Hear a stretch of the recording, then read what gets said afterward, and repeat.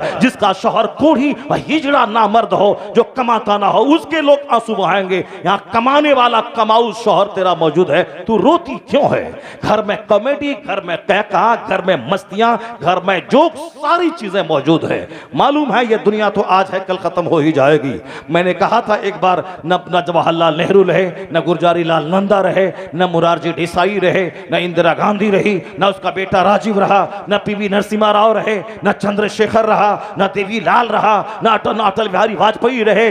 जब ये लोग नहीं रहे, बड़े बड़े दिग्गज, बड़े बड़े पहलवान, बड़े बड़े पढ़े लिखे लोग, तो आज के लोग जो हैं वो क्या रह जाएंगे क्या? ये तो बस 2-4 दिन का तमाशा है, उसके बाद तो फिर जाना होगा, हिसाब किताब देना होगा। इस कदर मीडिया वाले ने सच्ची बात में मैं बोला, इस कदर इस पीछा पकड़ा कि जैसे कि जेल में सड़ा ही देगा, तबाह बर्बाद करके रख देगा। सच्ची बात मैंने कहा था, सच्ची बात स्वीकार करना चाहिए, आदमी को जुल्म से बाज आना चाहिए, अल्लाह का डर दिल में पैदा करना चाहिए। मरने के बाद वहां क्या होगा उसके बारे में फिक्र करना चाहिए। नहीं, जब दिल जिंदा रहेगा तब ना अच्छी बात अच्छी लगेगी और फिर वहां की तैयारी करेगा।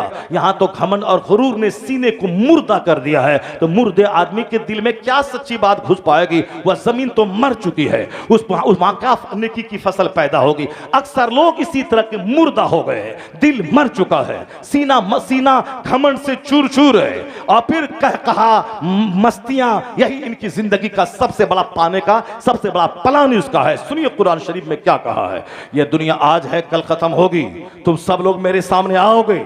अल्लाह कहता है फल यंजुरिल इंसान मिम्मा खुलिक मिम्मा इन दाफिक यखरुजु मिन बैनि सुल्बि व तराइब इन्नहु अला रजइही लकादिर। अल्लाह कहता है a man should consider in his creation how he is created. आदमी को अपनी पैदाइश पे गौर करना चाहिए कि वह पैदा हुआ कैसे है। पानी का एक जंप करता हुआ, कूदता हुआ कतरा जो बाप की रीढ़ की हड्डी, माँ के सीने की हड्डी से निकला और वह बच्चादानी में पहुंचा, वह अल्लाह ने नाक नक्शा बनाया, फिर उसको कुछ दिनों के बाद माँ की शर्मगाह से बाहर निकाला। ये बच्चा अजूबा इंसान 2 साल तक माँ की खुश्क छाती में दूध देके इसकी ग़िज़ा का इंतजाम अल्लाह ने किया। फिर 18 साल में मैच्योर हो गया, उसके बाद बूढ़ा हो जाता है, फिर वो मिट्टी में जाने के काबिल हो जाता है, मर जाता है, कब्र में दफन हो जाता है, मिट्टी की सी खुराक बन जाती है। तो अल्लाह क्या कहता है, जिस तरह तू पहले कुछ नहीं था, हल अता अलल इंसान हिनुम मिन दहर लम यकुन शैअन मज़कूरा। तेरे बाप को भी पता नहीं था कि शादी के बाद मैं मेरी बीवी बांझ रहेगी या साहिबे औलाद बनेगी, ये साहब बेटा वाला होगी या फिर ये बांझ हो जाएगी, समाज की सारी औरतें मजाक उड़ाएंगी। न औरत को पता था कि मेरी कोख से कोई बच्चा पैदा होने वाला है, न मर्द को पता था कि कोई बेटा पैदा होने वाला है। अल्लाह कहता है एक जमाना ऐसा गुजरा तेरा नामो निशान तक नहीं था, मैंने तुझको पैदा किया, अब तेरा चर्चा होने लगा। फिर एक वह वक्त आएगा कि तुझको मार दिया जाएगा और तू कब्र में दफन हो जाएगा, फिर तेरा कोई नाम लेने वाला, चर्चा करने वाला नहीं रह जाएगा, जैसे पहले था वैसे हो जाएगा। तो जब पानी की बूंद से तेरे जैसा इंसान पैदा कर सकता हूं मैं, तो दोबारा तुझे जिंदा करके हिसाब भी ले सकता हूं। पहले पैदा करना पानी के बूंद से वो आसान था, वो तो तुम्हारे लिए जैसे कि कोई टफ काम था, वो अल्लाह के लिए आसान है कि कुछ नहीं थे तो अल्लाह ने कुछ बनाया। अब तो कुछ हो, मरने के बाद जो जौहरे हयात है वो मरता नहीं है। जब बगैर नामो निशान के तुझको पैदा किया तो अब तो तेरी बॉडी है, कब्र में सड़े या आग में जले या कोई शेर खाए या सांप काटे या दरिया में बहे, वो जौहरे हयात वो कभी खत्म नहीं होता, उसी में दोबारा अल्लाह जान डालेगा। फिर तू खड़ा होगा और तुझसे पूछा जाएगा from where you earn this, in which ways you spend this, how you passed your life. तुमने अपनी जिंदगी कैसे गुजारी, तुमने माल कहां से कमाया, कहां खर्च किया, तुमने जवानी के दिन कैसे गुजारे, बचपन तो खेल तमाशा गैर मुकल्लफ, बुढ़ापे में तो 1 दर्जन बीमारियां, घुटने और टखने में दर्द, और फिर असल क्रीम पीरियड है जवानी का। दुनिया की भलाई भी उसी जवानी से मुंसलिक है और आखिरत का इनाम भी उसी जवानी से मुंसलिक है। और जो उस जवानी को खाने पीने खेलने कूदने में लगा दे, दुनिया में भी दाने दाने को तरसेगा और क़यामत के दिन जन्नत की खुशबू के लिए तरसेगा। और जो जवानी का क्रीम पीरियड का सही इस्तेमाल किया, मेहनत किया, मुशक्कत किया, जद्दोजहद किया, इबादत की, रियाजत की, दुनिया में मेहनत की, तो दुनिया में बाल बच्चे खुशहाल रहेंगे।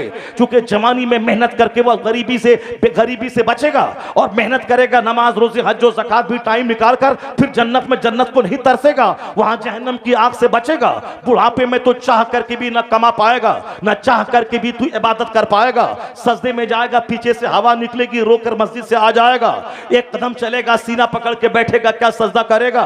ना रोजा रख पाएगा, ना जमात से नमाज पढ़ पाएगा, पेशाब करेगा, 5 कतरा पेशाब का टपकेगा, लुंगी खराब होगी तो नमाजी झुंझला के छोड़ देगा। क्योंकि बुढ़ापे में गुस्सा ज्यादा आता है, बुढ़ापे में हवा खारिज होना, पेशाब का कतरा निकलना, ये वजू का टूट जाना, ये आम बात है। 99% लोग इस बीमारी में मुब्तला है। तो खुश नसीब तो कपड़ा बदल बदल के नमाज पढ़ता है, नहा नहा के नमाज पढ़ता है, रो रो के नमाज पढ़ लेता है। लेकिन जो जवानी बुराई में गुजारी, वह बुढ़ापे में जहां नमाज पढ़ना चाहा, जहां 2-4 दिन कतरा टपका, जो ला के छोड़ दिया, चलो जहन्नम ही में जाएंगे, ये कौन मुसीबत मोल लेगा? तो जो जवानी के दिन बुराई में गुजारे हैं, वो बुढ़ापे में क्या खाक मुसलमान होगा, वो क्या खाक आजम 40 साल तक इशा के वजू से फजर की नमाज पढ़े।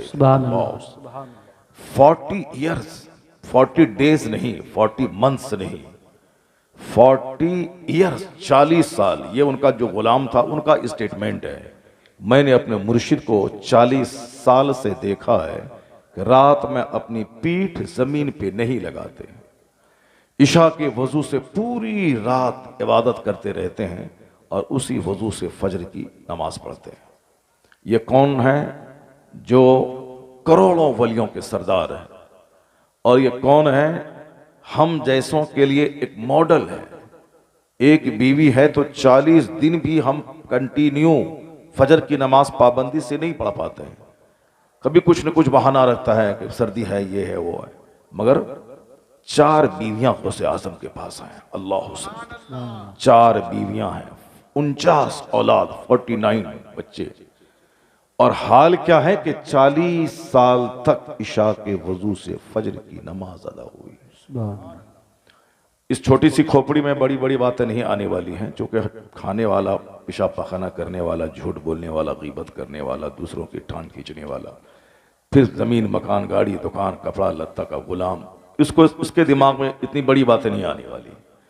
जो सिर्फ हमेशा निगेटिव सोचता हो, वो कैसे समझ पाएगा कि 40 बरस तक 4 बीवी की मौजूदगी में फजर, इशा के वजू से फजर कैसे पढ़ पाएंगे? वो जो कपड़े का गुलाम, खाने का गुलाम, मकान का गुलाम, बेटा का गुलाम, फजूल खर्ची का गुलाम, कपड़े का मुकाबला, मकान का मुकाबला, गाड़ी का मुकाबला, ब्रांडेड कपड़े का मुकाबला। हुजूर ने फरमाया है, 23 अब्दुल दीनार, अब्दुल दिरहम, अब्दुल खमीसा। मुस्तफ़ा ने फरमाया है, कपड़े का गुलाम तबाह हो बर्बाद हो गया, खाने का गुलाम तबाह हो बर्बाद हो गया। इसका मतलब है कि मैं सिर्फ खाने के लिए पैदा नहीं हुआ हूं। खाना इसलिए जरूरी है ताकि मैं खाना खा के जिंदा रहूं, और जिंदा इसलिए रहूं ताकि मैं अपने रब की इबादत करूं। सुभान अल्लाह।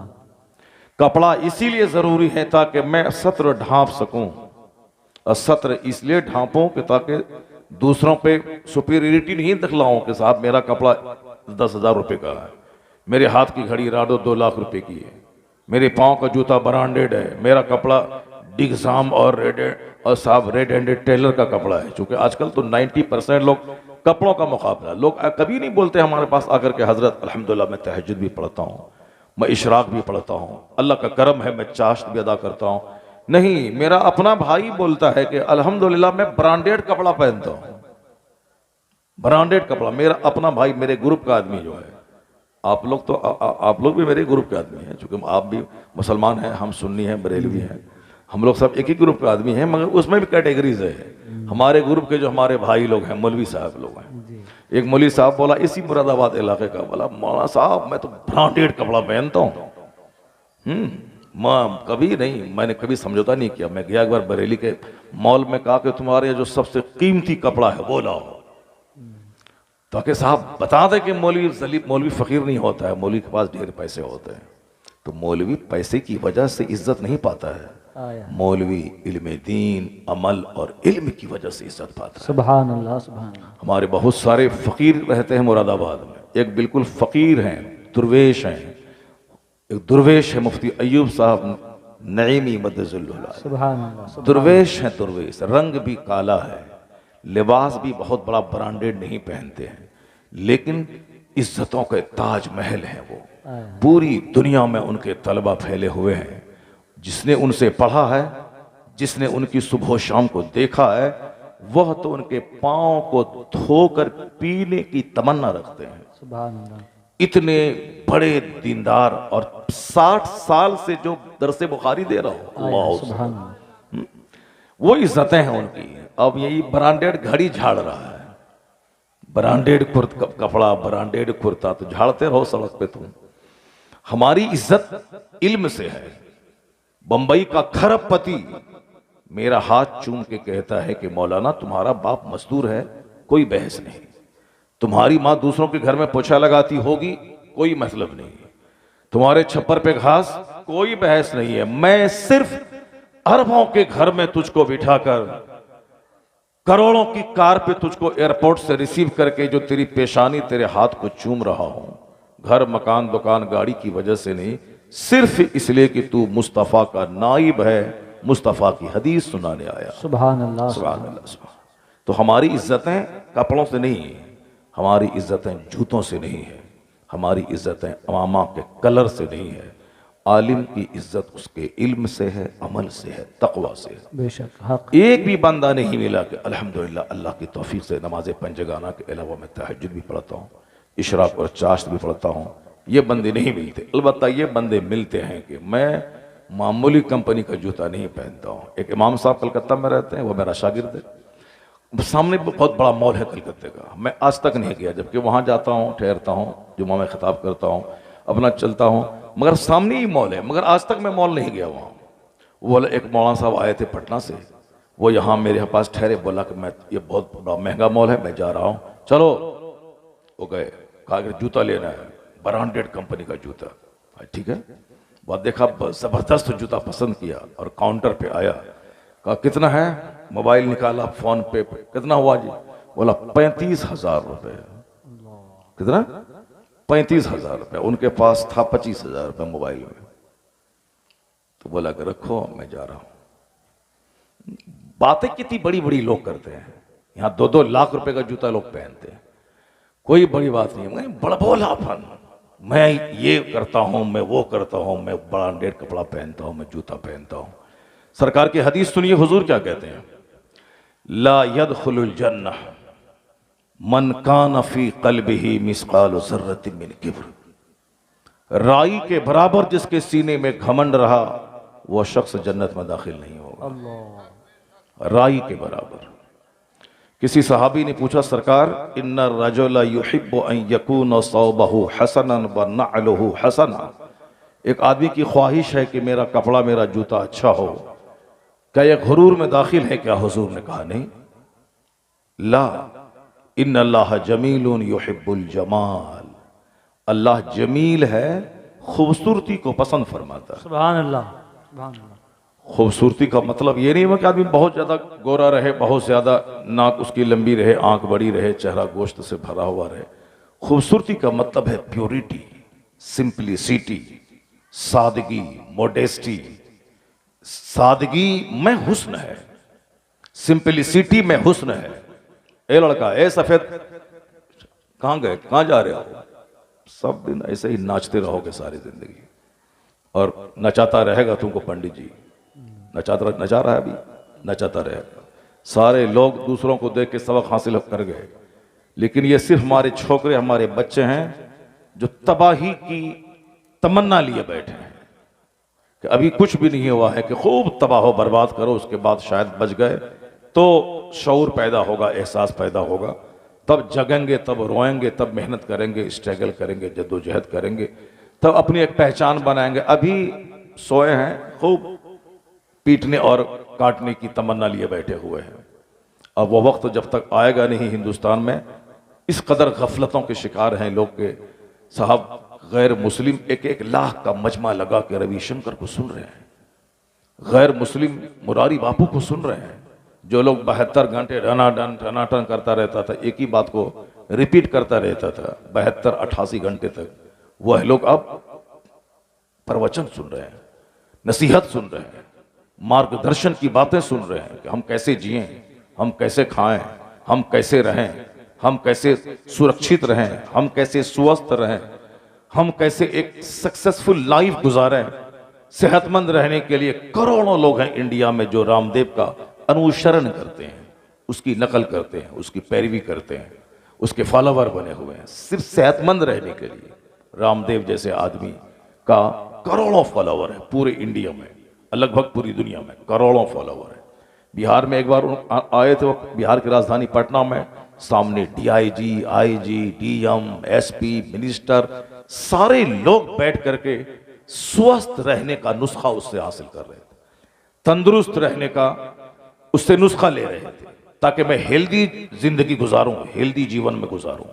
आज से 50 साल पहले कभी जो लोग 100 साल के या 70-80 साल के हैं वह लोग कभी नहीं सुने होंगे कि स्वस्थ रहने के लिए हमें ये टिप्स अपनानी है, ये ज़ाब्ते अपनाने हैं, इन तरीकों पे अमल करना है, कभी नहीं सुना होगा। हेल्दी लाइफ, चूंकि जब तक तंदुरुस्त नहीं रहेंगे नमाज रोजा भी नहीं कर पाएंगे। 15 घंटे भूखा रहने वाला बीमार आदमी थोड़ी भूखा रह पाएगा। मक्का से चल के अरफात के मैदान में हज करने में 17 किलोमीटर है, और आला हजरत रदी अल्लाह ताला अन्हु ने लिखा है कि जो पैदल हज करता है मक्का से चल के अरफात, हर कदम के बदले में 6 करोड़ नेकियां मिलती हैं।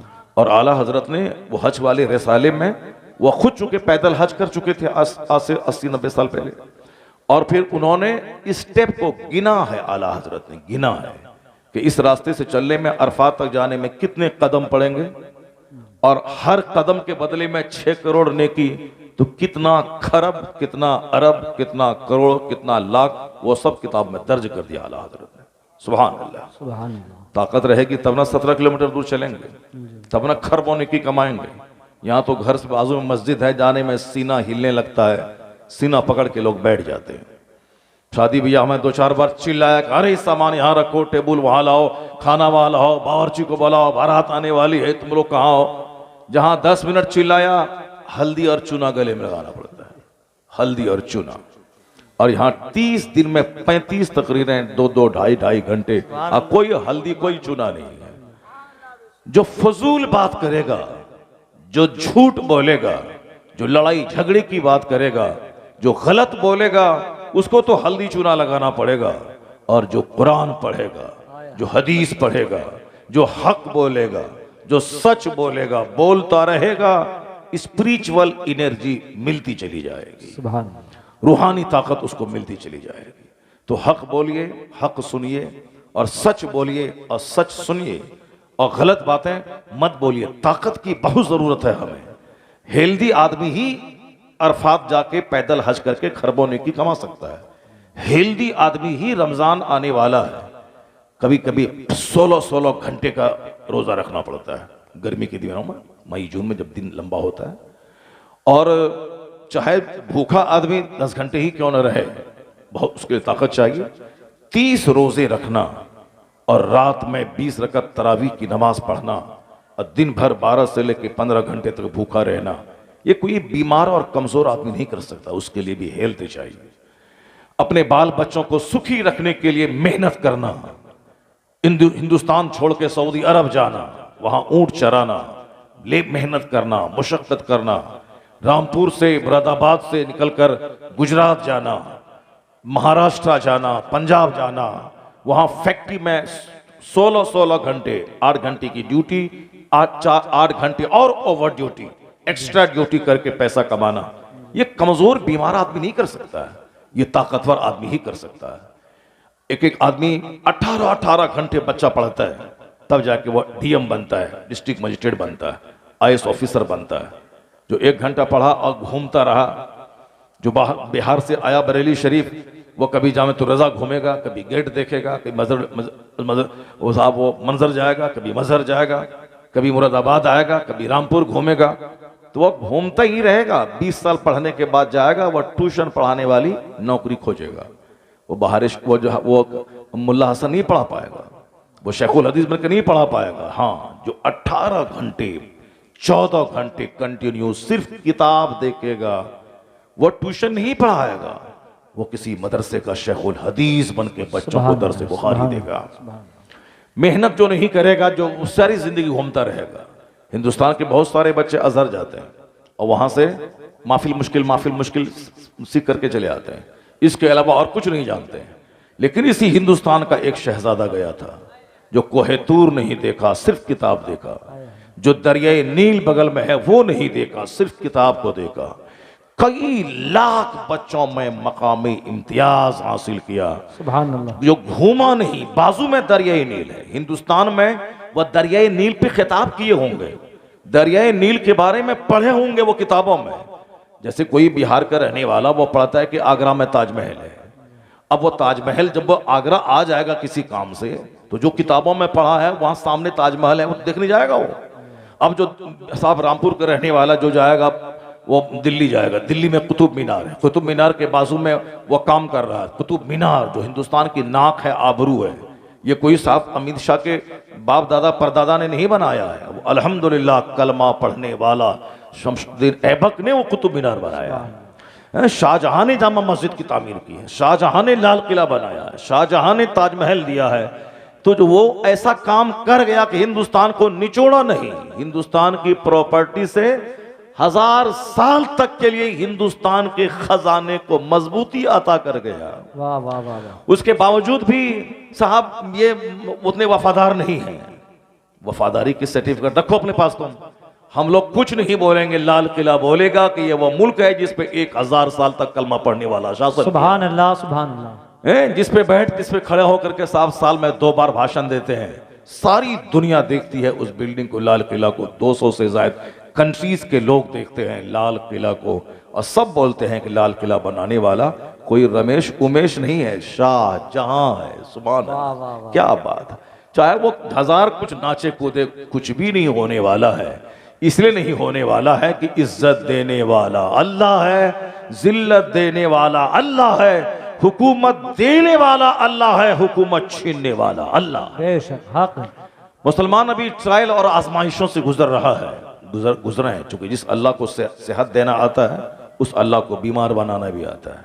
जिस अल्लाह को दौलतमंद बनाना आता है उस अल्लाह को हाथ में कटोरे दे के भीख मंगवाना भी आता है। जिस अल्लाह को जवानी की ताकत देनी आती है उस अल्लाह को बुढ़ापे की मुर्तइश हाथ भी देना आता है। जो अल्लाह हुकूमत देना जानता है वह अल्लाह हुकूमत छीन के उसे बेकस बेसहारा बनाना भी जानता है। जब नेमतों का गलत इस्तेमाल होता है, चाहे मेरा बाप रहे या मेरा दादा रहे, अय्याशी करेंगे मुगल साहब, एक एक घर में 50-50 औरतों को रखेंगे मुगल। तो ऐसा नहीं कि मुगल का बच्चा उनके बाप की अय्याशी के बावजूद भी वो आराम से रहेगा, शासन करेगा, नहीं। अल्लाह तबारक व तआला नेमत देना भी जानता है और नेमत की बेकदरी हो तो नेमत को छीनना भी जानता है। बेशक। इसलिए घबराने की कोई जरूरत नहीं। जो कुछ भी ट्रायल आजमाइश है मेरी बदअमली की सजा है। और जिस दिन मुसलमान सच्ची तौबा किया, पेशानी में सजदे का शौक पैदा हुआ, जिस दिन मस्जिदें आबाद हुई, जिस दिन मेरा जिस्म मुस्तफा की गुलामी की झलक पेश करता रहा, याद रखिए उसी दिन वही खुदा जो मुझे आजमाइशों में डाला है फिर दोबारा मुझे हुकूमत और सल्तनत देकर इज्जतों से मालामाल भी करेगा। बेशक बेशक। सुभान अल्लाह। कुलिल्लाहुम्मा मालिकल मुल्क तूतिल मुल्क मन तशा व तंज़िउल मुल्क मिम्मन तशा व तुइज़्ज़ु मन तशा व तुज़िल्लु मन तशा बियदिकल खैर इन्नका अला कुल्लि शैइन क़दीर। सच्चाई का इकरार करना चाहिए, सच्चाई का एतराफ करना चाहिए। अक्लमंद वो है जो अपनी कमजोरी, अपनी डिमेरिट का इकरार करता है कि आई एम वीक, मैं कमजोर हूं। और बेवकूफ वो है जो पागल होने के बावजूद ये नहीं समझता है कि मैं पागल हूं। जिसे समाज के पागलों को आप देखते होंगे, वो कभी भी नहीं समझेगा कि मैं पागल हूं। यही पहचान है कि वो पागल है। अक्लमंद आदमी अपनी कमजोरी का एतराफ करता है। पागल कभी नहीं समझता है कि मैं पागल हूं। इसलिए अक्लमंदी का तकाजा यही है कि लोग इकरार करें कि मेरी बदअमली का नतीजा है। वर नहीं साहब, जो किसको नहीं खुदा माना, किसके सामने पेशानी नहीं टेका, जो हजारों चीजों के सामने पेशानी को जलील करने वाला, वो खुदाए वाहिद के परस्तार को आंख दिखाएगा। ऐसा कभी नहीं हो सकता है। अगर ऐसा हो रहा है ये मेरी मस्जिद की वीरान करने की सजा है, मस्जिद को उजाड़ने की सजा है। मदरसे को अनाथालय, गरीब और मिस्कीन के बच्चे पढ़ें और हम ट्रस्टी बने, मैनेजर बने, मगर अपने बच्चों को मदरसे में नहीं पढ़ाएं। मैं जमींदार हूं, मैं मदरसा का नाजिम हूं, मगर बच्चा मेरा क्रिश्चियनों के स्कूल में पढ़ेगा। मस्जिद का ट्रस्टी, मदरसे का ट्रस्टी, उनके सारे बच्चे क्रिश्चियनों के स्कूल में पढ़ें। और यहां बिहार से बच्चा बोरो लाया जाए ताकि बच्चे पढ़ें, क्योंकि जब तक माल नहीं है बच्चे मदरसे में पढ़ेंगे, और जहां माल आ गया बच्चे मदरसे में क्यों पढ़ेंगे? वो क्रिश्चियनों के कॉन्वेंट स्कूल में पढ़ेंगे और महंगे स्कूल में पढ़ेंगे। जिस कौम की सोच ये हो कि मैं मदरसे का मैनेजर रहूं मगर मेरा बच्चा मदरसे में नहीं पढ़ेगा, मैं मस्जिद का ट्रस्टी रहूं मगर मैं तहज्जुद, इशराक, नमाज़े पंजगाना मैं नहीं पढ़ूंगा, बल्कि मैं शासन करूंगा मस्जिद पर, उस कौम को तो जलील होना ही पड़ेगा, उसको तो रुस्वा होना ही पड़ेगा। और जो काफिरों की तरफ मकान, दुकान, गाड़ी में इज्जत ढूंढता हो, अल्लाह की इबादत करके अल्लाह रब्बुल इज्जत से इज्जत नहीं तलाश करता हो, उसे तो जलील होना है। जिस दिन मुसलमान रोने लगे, जिस दिन एहसास हो जाए इसको कि मैं बदअमल हूं, मुझे सच्ची तौबा की हाजत है, और तौबा करने लगे, रोए धोए, इतना रोए कि पानी की जगह आंख से खून बहने लगे, रात में बिस्तर से उठकर अल्लाह के हुजूर सजदा रेज होकर फरियाद करे, इधर आंसू निकलेगा, उधर खुदा की रहमतों की बारिश शुरू हो जाए। सुभान अल्लाह, सुभान अल्लाह। और यही 1400 साल के अंदर देखा। अभी चूंकि घमंड है बहुत ज्यादा, अभी सीने में घमंड है, मेरा मकान, मेरा दुकान, मेरी गाड़ी, मेरा बेटा, मेरा दामाद, मेरी बेटी, मेरी गाड़ी, मेरा फार्म हाउस, मेरी फैक्ट्री, मेरा मॉल, मेरी मुलाजमत, मेरी नौकरी, ये भी घमंड गुरूर है। इस गुरूर को जब तक अल्लाह तोड़ेगा नहीं, और जब तक इन काफिरों को गर्दन पे मुसल्लत नहीं करेगा, और जब तक मुसलमान घिसेगा पिटेगा नहीं, उस वक्त तक कोई इज्जत का सूरज तुलू होने वाला नहीं है। चूंकि कुदरत का कानून यही है, और यही बातें कुरान शरीफ में मौजूद है। हर आयतों में इसी तरह के मफाहिम पोशीदा है, और इस्लामिक हिस्ट्री से भी यही बात साबित हो रही है। बगदाद मोहल्ला को कौन नहीं जानता? आज हर आदमी बगदाद देखना चाहता है। गौसे आजम का मजार वहां है, उलमाए कराम की एक टीम बगदाद मोहल्ला जा रही है, और उम्रा करने का एक जुनून सवार है। चलो रमजान आया है, उम्रा करे। वहां कहां? मक्का शरीफ चले जाए, मदीना जाए, एक उम्रा का जुनून है। 1400 साल पहले हुजूर ने कहा था, यहुज्जो अगनिया उम्मती लिन्नुज़ा व औसातुहुम लित्तिजारा व फुक़राहुम लिलमसअला व उलमाउहुम लिरिया व सुबह। 1000 बार इस हदीस को पढ़ें। मुस्तफा ने क्या कहा? नमाज पंजगाना फर्ज आजम है, नमाज पढ़ना नहीं है। उम्रा की तमन्ना लिए बैठे, उम्रा की तमन्ना लिए बैठे। नमाज पंजगाना फर्ज आजम है, नमाज छोड़ना गुनाह आजम है, फर्ज है, उसको अदा करना नहीं है। उम्रा की तमन्ना लिए बैठे हैं, इसका मतलब है कि ये शैतानी ख्वाहिश दिमाग में पल रही है। वरना ही जो फर्ज है, जिसका सवाल क़यामत के दिन सबसे पहले होगा, इन्ना अव्वल मा युहासबु बिहिल अब्द यौमल क़यामति सलाह। तिरमिज़ी शरीफ का हदीस में आया है कि क़यामत के दिन सबसे पहला सवाल नमाज का होगा।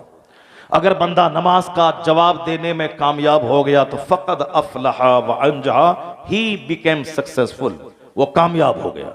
और अगर नमाज के बारे में जवाब देने में पकड़ा गया, नमाज फर्ज हुई थी 15 साल में, बंदा नमाज शुरू करता है 30 साल में, ये 15 साल की नमाज उसके जिम्मे कज़ा है। 50 उम्रा 50 हज बंदा कर ले, ये 15 साल की नमाज उसके जिम्मे से साकित नहीं होगी, उसे पढ़ना ही पड़ेगा। अगर कोई शराब पिया 15 साल तक, सच्ची तौबा कर ले, दोबारा शराब को आंख उठा के नहीं देखे, अल्लाह के फजल से उम्मीद है कि अल्लाह ताला माफ कर देगा अगर सच्ची तौबा हुई। लेकिन उसके बदले में और कुछ नहीं करना है, तौबा हुई माफ। नमाज छोड़ना इतना बड़ा गुनाह है कि अगर बंदा सच्ची तौबा कर भी ले तो भी जो नमाज कज़ा है उसको तो अदा करना पड़ेगा। जैसे किसी के जिम्मे 1 लाख रुपए का कर्जा है, अब वो कर्ज नहीं अदा किया, जब तक अदा नहीं करेगा गुनाह तो होता रहेगा।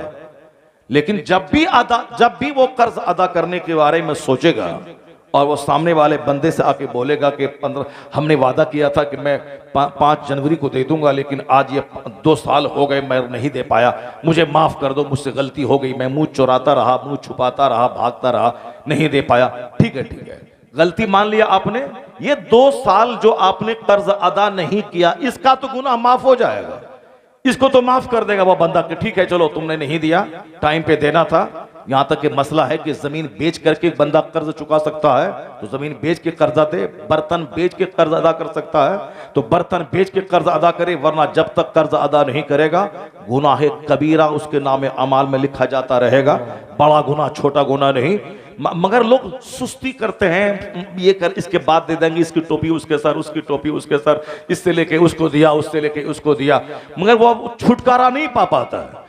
तो अब अगर 2 साल के बाद भी सरेंडर कर जाए कि मुझसे गलती हो गई, मैंने 2 साल कर्ज तेरा अदा नहीं किया, अब मुझको तुम माफ कर दे। ठीक है, मैंने माफ कर दिया, 2 साल तुमने कर्ज अदा नहीं किया, जो तकलीफ हुई मैंने इसको माफ किया, लेकिन वो जो कर्जा मेरा है 1 लाख वो तो देना पड़ेगा। ऐसा नहीं कि माफी मांग लिया तो हो गया, माफी मांगा, जो डिले किया, लेट किया वो माफ कर दिया, लेकिन जो असली पूंजी है कर्ज 1 लाख का वो तो देना होगा। उसी तरह एक हज किया, हज मबरूर हो गया, मकबूल हज पिछले गुनाहों को मिटा देता है, मकबूल हज का बदला सिर्फ जन्नत है, मकबूल हज का। मगर जो गुनाह 15 साल में नमाज फर्ज हुई थी और आपने 30 साल में नमाज शुरू की, ये 15 साल जो नमाज कज़ा हुई, एक वक्त की नमाज कज़ा करना हराम और गुनाह कबीरा है। ये 15 साल तक जो आपने हराम किया, गुनाह कबीरा किया, तौबा करने से, हज की बरकत से ये गुनाह माफ हो जाएंगे, लेकिन 15 साल की जो नमाज कर्ज है वो तो अदा करना पड़ेगा। तुम लोग नहीं समझ रहे हो, लगता है समझ रहे हो कि नहीं? जब समझ रहे हो तो जरा बोलो सुभान अल्लाह। सुभान अल्लाह। उधर 2-4 ठो काबिल है जो नहीं समझ रहा है, वो हल्ला गुल्ला कर रहा है, लगता है कि हम 5 घंटे तकरीर करेंगे। तकरीर तो 1-1.5 घंटा करना है, कम से कम बैठ के सुनो तो सही। और ऐसा नहीं कि बहुत बड़े काबिल हो गए तुम और तकरीर हम क्या सुनेंगे, साफ हमेशा काबिल ही बनते रहोगे। तकरीर सुनो, न जाने कौन सा जुमला आदमी के सीने को नर्म कर दे, कौन दिन किस दिन कौन सा जुमला बंदे को वली बना दे, आदमी की जिंदगी में इनकलाब पैदा कर दे। वो करना चाहिए, जो जरूरी है वो करना चाहिए। निकाह में इजाब कबूल, निकाह का खुतबा वो जरूरी है, घोज भाज हेन ठेन इधर उधर सब है, मगर निकाह के वक्त में दो मौलवी साहब बैठ करके जल्दी कबिल तो, हाँ कबिल तो, बस क्या करोगे। असल में निकाह की महफिल को सजाना चाहिए। निकाह की महफिल के वक्त में जितने मेहमान हैं सारे लोग वहां बैठे रहे। अल्हम्दुलिल्लाह जहां भी मैं निकाह पढ़ाने जाता हूं, ऐसे नहीं गुमसुम हुआ निकाह पढ़ा दिया बस चला गया। निकाह पढ़ाने की महफिल में आधा घंटा खिताब करता हूं, निकाह के महत्व पे, निकाह का जो खुतबा अरबी में उसका तर्जमा बयान करता हूं, और शौहर और बीवी के हुकूक बयान करता हूं, ताकि सारे लोग जो खाना बनाने में, टेबल सजाने में, गाड़ी रिसीव करने में, हुल्लड़बाजी करने में लगे, पटाखा छोड़ने में, सब आओ। निकाह की महफिल में यही असल चीज है। निकाह ही नहीं होगा, 1,000 गाड़ी आ गई बारात की, वो किस काम का? निकाह ही नहीं हुआ, 1,000 आदमी को खाना खिला दिया, वो किस काम का? सारी चीजें उसी निकाह की वजह से हैं। कार्ड छपाई, खाना खिलाई, गाड़ी लेके जाना, या नए जोड़े खरीदना, बंबई में जाकर कपड़ा खरीदना, दूल्हे का जोड़ा खरीदना, अमामा बांधना, घोड़े पे बैठाना, कार लेके आना, कार सजाना, ये सब उसी निकाह के लिए है। और निकाह ही नहीं हो, निकाह ही की महफिल गुमसुम हो जाए, वो क्या फायदा है? निकाह की महफिल को बावजन बनाना चाहिए, और उसमें निकाह का खुतबा सुन्नत है जो मुस्तफ़ा ने पढ़ा है, उस खुतबे को समझाना चाहिए लोगों को। असल जब साहब दस्तारबंदी के लिए रूम सजाना, कार्ड छपाना, दोस्तों को बुलाना, ये सारी चीजें हैं। और जो असली चीज है दस्तारबंदी के वक्त में खिताब, और असल चीज है नमाज, जोहर असर मगरिब सब गायब है, रूम सजा रहे हैं। सजाना फर्ज नहीं है, नमाज पढ़ना फर्ज है। दस्तारबंदी का जलसा फर्ज नहीं है, नमाज पढ़ना फर्ज है। और नमाज छोड़ के जलसा कोई फायदा नहीं देगा, नहीं होगा उससे कोई फायदा। अगर कोई पगड़ी नहीं लपेटे बच्चे के सर पे, पूरा कुरान याद किया, मस्जिद में मेहराब में जाके जबरदस्त तरावी सुनाया, जितने लोग तरावी पढ़ेंगे सब बोलेंगे अरे किस मदरसे में तू पढ़ा है, इतना अच्छा कुरान पढ़ा। या 1,000 तेरे मदरसे का प्रचारक हो जाएगा। और अगर 50 हाथ की पगड़ी पहना दिया, धूम धड़का हुआ, वहां जाके गया मेहराब पे, फेल हो गया, तरावी नहीं पढ़ पाया। जितने लोग पीछे हैं सबके नजदीक मदरसे की जगह हसाई हो जाएगी, सबके सामने मदरसे की दुर्दशा हो जाएगी, मदरसे की इज्जत मिट्टी में मिल जाएगी। पगड़ी जरूरी नहीं है, सलाहियत जरूरी है। अगर वो सलाहियत पैदा हो गई तो पोस्टर मत छपा, एक हाफिज तेरे मदरसे का जबरदस्त प्रचारक हो जाएगा। बेशक बेशक हक। सब यही बोलेंगे कहां पढ़ा है, तेरे उस्ताद कौन है, किस चटाई पे तूने कुरान हिफ्ज किया, मैं भी अपने बेटे को वहां पढ़ाऊंगा। ये है मदरसे के प्रचार का सबब। या सिर्फ जाहिरी हाव भाव पे जोर दिया जाता है, जो असली मैटर है उसको छोड़ा जाता है। यही तो मैंने गुफ्तगू को शुरू में गुफ्तगू करते मैंने कहा था कि सिर्फ जाहिर एक्सटर्नल हाव भाव पे लोग जोर दे रहे हैं, उल्टा पुल्टा सारा काम कर रहे हैं। मर्द औरत बनना चाह रहे हैं, औरतें मर्द बनना चाह रही हैं। मर्द साहब वो छींट वाला कपड़ा औरतों की तरह ये रेड कलर इस्तेमाल कर रहे हैं, और औरतें जींस टी शर्ट पहन रही हैं। औरतें सर के बाल कटा के बॉबी कट बाल बना के साहब छोकरा बनना चाह रही हैं। मर्द लंबा लंबा बाल रख करके ये औरत बनना चाह रहे हैं। इसका मतलब है कि जब दुनिया में उल्टा पुल्टा काम होता है तब अल्लाह तबारक व तआला सुनामी का तूफान भेजता है, अल्लाह ताला कोरोना का कीड़ा भेजता है, अल्लाह ताला समाज से सेहत छीनकर हर घर को बीमारियों का अड्डा बना देता है। और आज जो दुनिया में आग लगी है, चैन नहीं है, सुकून नहीं है, सेहत नहीं है। 10 लोग हैं, 10 बीमार है। मामूली बीमारी नहीं, खतरनाक बीमारी मुलविस है। समाज में 10 खानदान है, 10 ग्रुप में बटे हैं। हर खानदान का भाई भाई आपस में टूटा है, वालदैन औलाद से, औलाद वालदैन से टूटे हैं। बज़ाहिर हाथ मिलाता है, यहां सीने में खंजर छुपा के बैठा है, 1 सेकंड के बाद पीठ में खंजर भोंक दें। ये जो नफरतें हैं, ये जो डिस्टेंस है, ये जो दूरियां हैं, ये जो तबाहियां हैं, ये जो बीमारियां हैं, ये जो सेहत नहीं है, ये जो इज्जत के डूबने का हर लम्हा खतरा है, ये जो औलाद की नाफरमानी से माँ बाप की नाक कटने का अंदेशा है, समाज में जैसे आग लगी हो। न सुकून है, न सेहत है, न चैन है, न अमन है, न सुकून है, न प्यार है, न मोहब्बत है, न आपस में दोस्ती है, न इत्तेहाद है। ये सारी चीजें जो मिट गई, ये अल्लाह का अजाब है। इसलिए कि लोग जाहिर सजाने लगे, अपने बातिन को उजाड़ दिया। सच्ची तौबा कर, जाहिर भले ना सजे, दिल को सजा।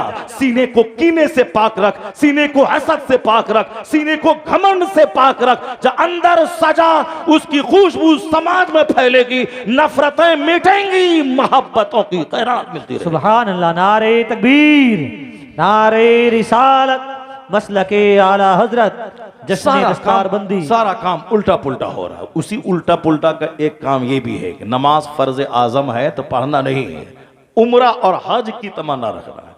हज फर्ज नहीं है, जिस पर फर्ज है वो तो डिले करता है कि बेटी की शादी के बाद, बेटा की शादी के बाद, इस घर के बाद, उस घर के बाद। फर्ज है उस पर, मगर वो कर नहीं रहा। जिस पर हज फर्ज नहीं है, इस बंदे पे ये मुक्तदी से भीख मांगता है, पैसा दीजिए ताकि हज करने जाएंगे, पैसा दीजिए और रमजान का उम्रा करने जाएंगे, पैसा दीजिए हम मदीना देखेंगे। मदीना देख के तू क्या करेगा? मदीना में तो वहाँ करोड़ों लाखों वहाबी है, मदीना को दिन रात देखता, मदीने में पैदा हुआ, मगर उसको कोई मदीने का फैज़ नहीं मिलेगा। बहुत सारे ऐसे आशिक रसूल हैं जो हिंदुस्तान में दफन होते हैं, मगर उसका इश्क उसकी लाश को उठाकर जन्नतुल बकी पहुंचा देता है। और बहुत सारे गुस्ताखे रसूल जो बकी में दफन होते हैं, उसकी बदअकीदगी उसे खदेड़ कर बकी से निकाल के मरगट में पहुंचा देती है। आदमी को इतना आशिक रसूल बनना चाहिए कि मदीना जाए बगैर यहीं से मदीना देख ले, सरकार दो जहां ख्वाब में आ जाए। बहुत सारे लोग 25 बार उम्रा कर चुके हैं, और हर उम्रा करने के बाद हालत बदलनी चाहिए, नेक बनना चाहिए, परहेजगार बनना चाहिए। और हर उम्रा के बाद बदकार होता जा रहा है। पहले 5 नमाज पढ़ता था, अब 4 पढ़ रहा है, पहले 4 पढ़ता था, अब 3 पढ़ रहा है, पहले 3 पढ़ता था, 25 उम्रा के बाद अब वो भी छोड़ दिया उसको। इसका मतलब है कि जो हज बंदा को नेक नहीं बनाए वो हज मबरूर नहीं, मरदूद है। वह उम्रा जो बंदे को नेक नहीं बनाए वह उम्रा मबरूर नहीं, वह उम्रा मरदूद है। तो मरदूद की तमन्ना है, इसका मतलब ही है कि यह शैतानी शौक है, यह शैतानी शौक है कि जो फर्ज है उसको नहीं अदा करना है, और जो फर्ज नहीं है उसके लिए लालायित और बेचैन होना है। वही हदीस में जो मैंने पढ़ी आपके सामने, हुजूर फरमाते हैं यहुज्जु अगनिया उम्मती लिन्नुज़हा, मेरी उम्मत के मालदार अखीर वक्त में, यानी जब दुनिया क़यामत के करीब आएगी, जो ज़माना अभी गुजर रहा है, अखीर वक्त में मेरी उम्मत के मालदार तफरीह के लिए हज करेंगे। यहुज्जु अगनिया उम्मती लिन्नुज़हा, सैरो तफरी के लिए, पिकनिक मनाने के लिए वो हज करेंगे। वो औसात हो मिडिल क्लास के लोग। आजकल हज का टूर ऑपरेटर बरेली शरीफ में जाके देखे, पहले एक तो टूर वाला था, अभी 1 दर्जन से ज्यादा टूर है। और साहब न जाने हर गली हर कूचे में उम्रा कीजिए 60,000, 70,000, 1,80,000, 1,90,000, ये सब पूरी गली में सारा पोस्टर उम्रा उम्रा उम्रा के लिए हर जगह भरा, हर मस्जिद के सामने। पहले लोग खोजते थे उम्रा करें कैसे जाएं, कौन ऑपरेटर मिले, अभी गली गली। क्यों?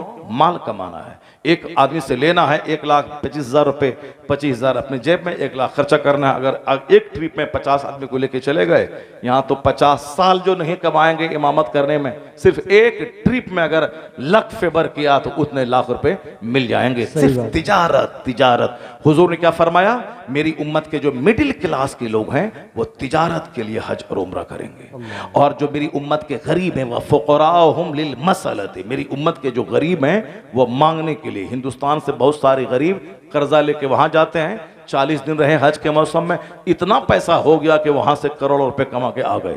पाकिस्तान बांग्लादेश के लोग हिंदुस्तान से ज्यादा आ गए हैं।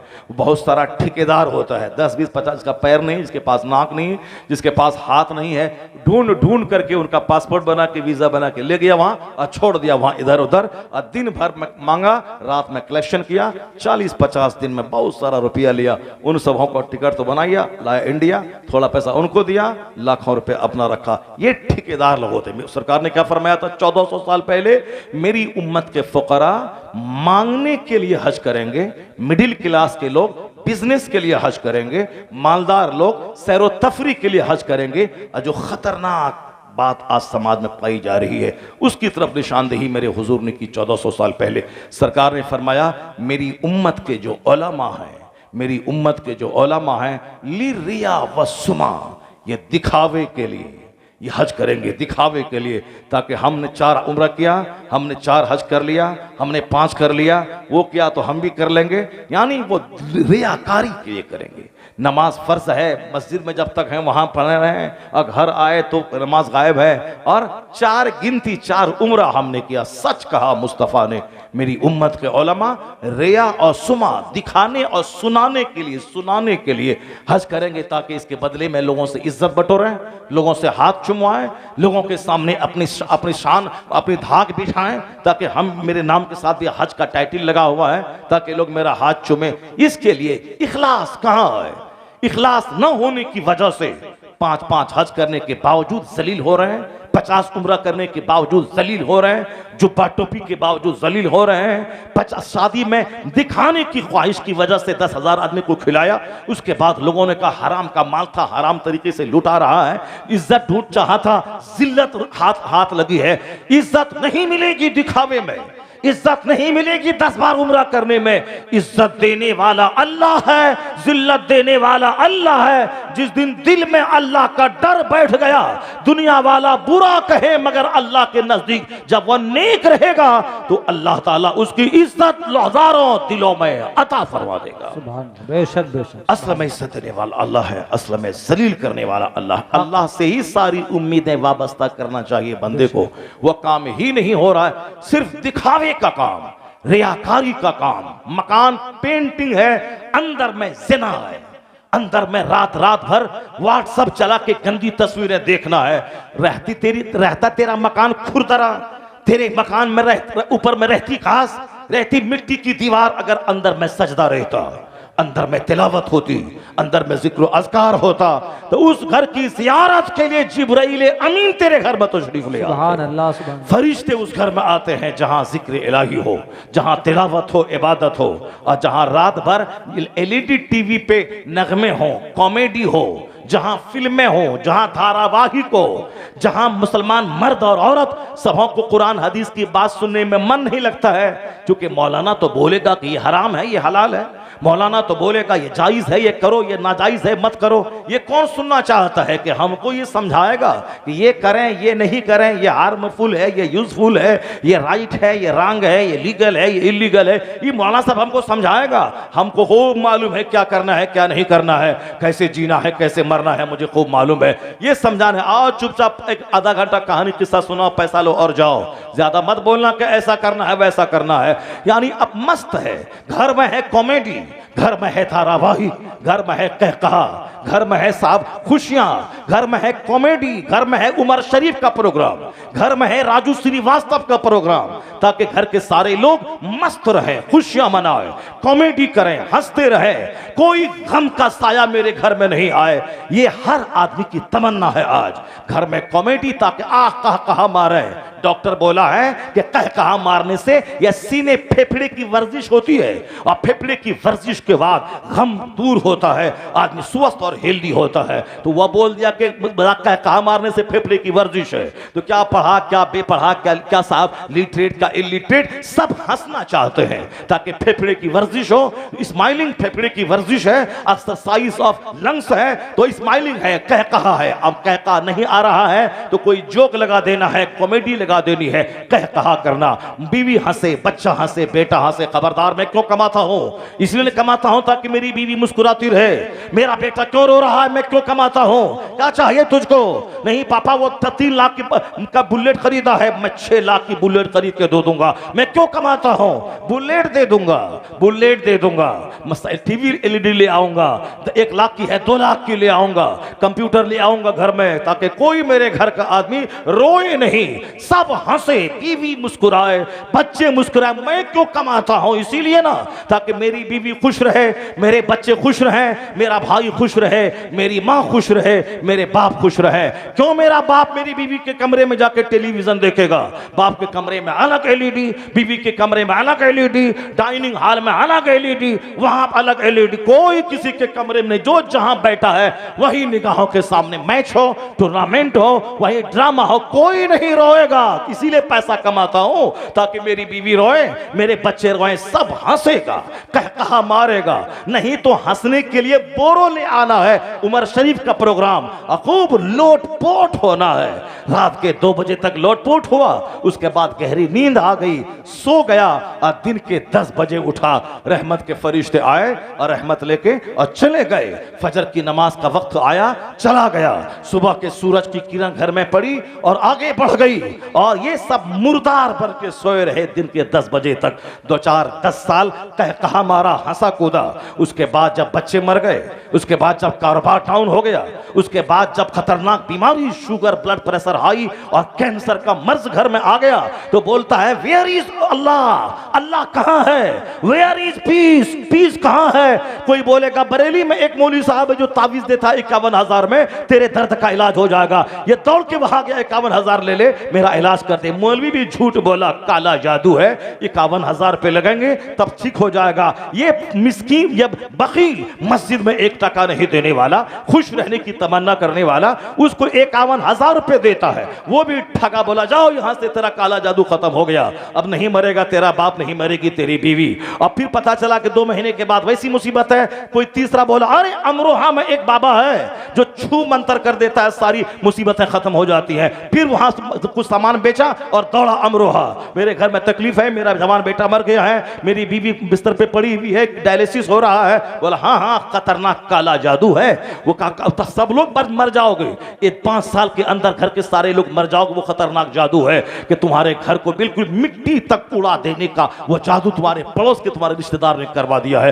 कैसे खत्म होगा? खत्म कैसे नहीं होगा? 1 लाख रुपए देना होगा, खत्म हो जाएगा। सब एलईडी टीवी खरीदने वाला, मुस्कुराहट के दिन देखने वाला, हंसने वाला, कहा मारने वाला, मरता क्या ना करता, जमीन बेच के उसको 1 लाख दिया। फिर वहां से आया, 2 महीने के बाद फिर कुछ ना हुआ। वो तीसरा बोला अरे उत्तराखंड के हल्द्वानी में वहां पे ऐसा है, मारे मारे फिरता रहा, हंसने का सपना देखा था। कहा का तो कहा का कॉमेडी का। सुनो कुरान शरीफ की एक आयत में पढ़ के सुनाता हूं। जिस घर में कहा हो, जिस घर में मस्तियां हो, जिस घर में सिनेमा देखे जाएं, जिस घर में खूब मुसर्रत की बहारें हो, गम का साया ना हो, कोई नहीं रोएगा, न बीवी रोएगी, न शोहर रोएगा, न बेटा रोएगा, न बेटी रोएगी। आंसू तो गरीब लोग बहाते हैं, आंसू तो मिस्कीन लोग बहाते हैं। जिसका बाप मर गया हो वो यतीम आंसू बहाता है। जिसका शौहर कोढ़ी व हिजड़ा नामर्द हो, जो कमाता ना हो, उसके लोग आंसू बहाएंगे। यहाँ कमाने वाला कमाऊ शौहर तेरा मौजूद है, तू रोती क्यों है? घर में कॉमेडी, घर में कहका, घर में मस्तियां, घर में जोक, सारी चीजें मौजूद है। मालूम है ये दुनिया तो आज है कल खत्म हो ही जाएगी। मैंने कहा था एक बार, न जवाहरलाल नेहरू रहे, न गुलजारी लाल नंदा रहे, न मुरारजी देसाई रहे, न इंदिरा गांधी रही, न उसका बेटा राजीव रहा, न पीवी नरसिम्हा राव रहे, न चंद्रशेखर रहा, न देवी लाल रहा, न अटल बिहारी वाजपेयी रहे। जब ये लोग नहीं रहे, बड़े बड़े दिग्गज, बड़े बड़े पहलवान, बड़े बड़े पढ़े लिखे लोग, तो आज के लोग जो हैं वो क्या रह जाएंगे क्या? ये तो बस 2-4 दिन का तमाशा है, उसके बाद तो फिर जाना होगा, हिसाब किताब देना होगा। इस कदर मीडिया वाले ने सच्ची बात में मैं बोला, इस कदर इस पीछा पकड़ा कि जैसे कि जेल में सड़ा ही देगा, तबाह बर्बाद करके रख देगा। सच्ची बात मैंने कहा था, सच्ची बात स्वीकार करना चाहिए। आदमी को जुल्म से बाज आना चाहिए, अल्लाह का डर दिल में पैदा करना चाहिए। मरने के बाद वहां क्या होगा उसके बारे में फिक्र करना चाहिए। नहीं, जब दिल जिंदा रहेगा तब ना अच्छी बात अच्छी लगेगी और फिर वहां की तैयारी करेगा। यहां तो घमंड और गुरूर ने सीने को मुर्दा कर दिया है, तो मुर्दे आदमी के दिल में क्या सच्ची बात घुस पाएगी? वह जमीन तो मर चुकी है, उस वहां क्या नेकी की फसल पैदा होगी? अक्सर लोग इसी तरह के मुर्दा हो गए हैं, दिल मर चुका है, सीना घमंड से चूर चूर है, और फिर कहा मस्तियां, यही इनकी जिंदगी का सबसे बड़ा पाने का सबसे बड़ा प्लान इसका है। सुनिए कुरान शरीफ में क्या कहा है, यह दुनिया आज है कल खत्म होगी, तुम सब लोग मेरे सामने आओगे। अल्लाह कहता है फल यंजुरिल इंसान मिम्मा खुलिक मिम्मा इन दाफिक यखरुजु मिन बैनि सुल्बि व तराइब इन्नहु अला रजइही लकादिर। अल्लाह कहता है a man should consider in his creation how he is created. आदमी को अपनी पैदाइश पे गौर करना चाहिए कि वह पैदा हुआ कैसे है। पानी का एक जंप करता हुआ, कूदता हुआ कतरा जो बाप की रीढ़ की हड्डी, माँ के सीने की हड्डी से निकला और वह बच्चादानी में पहुंचा, वह अल्लाह ने नाक नक्शा बनाया, फिर उसको कुछ दिनों के बाद माँ की शर्मगाह से बाहर निकाला। ये बच्चा अजूबा इंसान 2 साल तक माँ की खुश्क छाती में दूध देके इसकी ग़िज़ा का इंतजाम अल्लाह ने किया। फिर 18 साल में मैच्योर हो गया, उसके बाद बूढ़ा हो जाता है, फिर वो मिट्टी में जाने के काबिल हो जाता है, मर जाता है, कब्र में दफन हो जाता है, मिट्टी की सी खुराक बन जाती है। तो अल्लाह क्या कहता है, जिस तरह तू पहले कुछ नहीं था, हल अता अलल इंसान हिनुम मिन अद-दहर लम यकुन शैअन मज़कूरा। तेरे बाप को भी पता नहीं था कि शादी के बाद मैं मेरी बीवी बांझ रहेगी या साहिबे औलाद बनेगी, ये साहब बेटा वाला होगी या फिर ये बांझ हो जाएगी, समाज की सारी औरतें मजाक उड़ाएंगी। न औरत को पता था कि मेरी कोख से कोई बच्चा पैदा होने वाला है, न मर्द को पता था कि कोई बेटा पैदा होने वाला है।